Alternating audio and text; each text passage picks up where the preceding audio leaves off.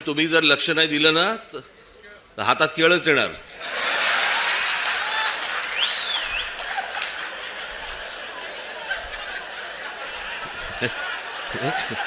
एक सांगितलं तुम्हाला.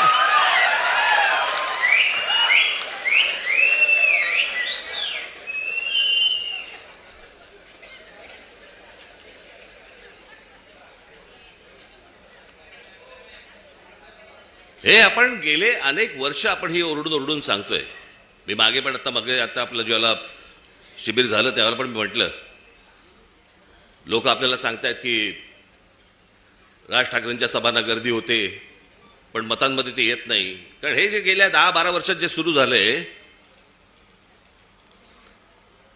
लोक आपल्याला मतदान करतायत,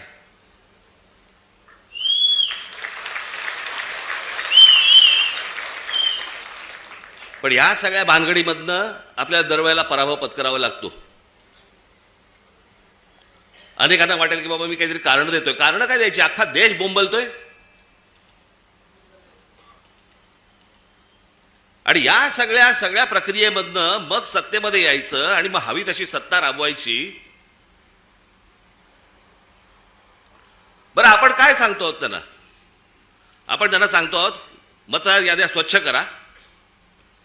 5 वर्ष निवडणुका झालेल्या नाही आहेत या महाराष्ट्रामध्ये स्थानिक स्वराज्य संस्थांच्या. मतदार याद्या स्वच्छ करा. अजून 1 वर्ष लागलं तरी चालेल. 1 वर्षाने निवडणुका घ्या, काय फरक पडतो? आणि उद्या मतदार याद्या ज्यावेळेला स्वच्छ होतील त्यावेळेला ज्याचा विजय होईल, ज्याचा पराभव होईल, आम्हाला मान्य आहे.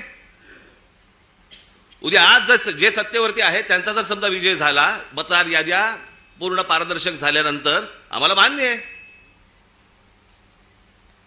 पण ह्या सगळ्या गोष्टी सगळ्या लपवायच्या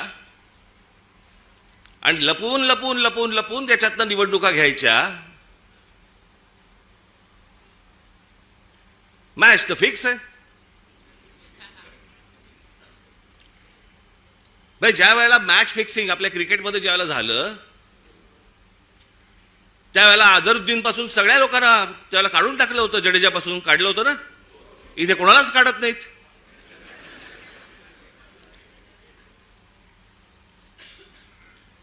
मुख्य निवडणूक आयुक्त काय सांगतात म्हणे, सीसीटीव्ही कॅमेरामधलं जे काही शूटिंग आहे ते म्हणे प्रायव्हेट आहे. प्रायव्हेट काय काय काय त्यांनी शब्द वापरला? हा, त्याची प्रायव्हसी. प्रायव्हसी कसली आली? एखादा माणूस मतदान कुठे करतोय, मत कुठे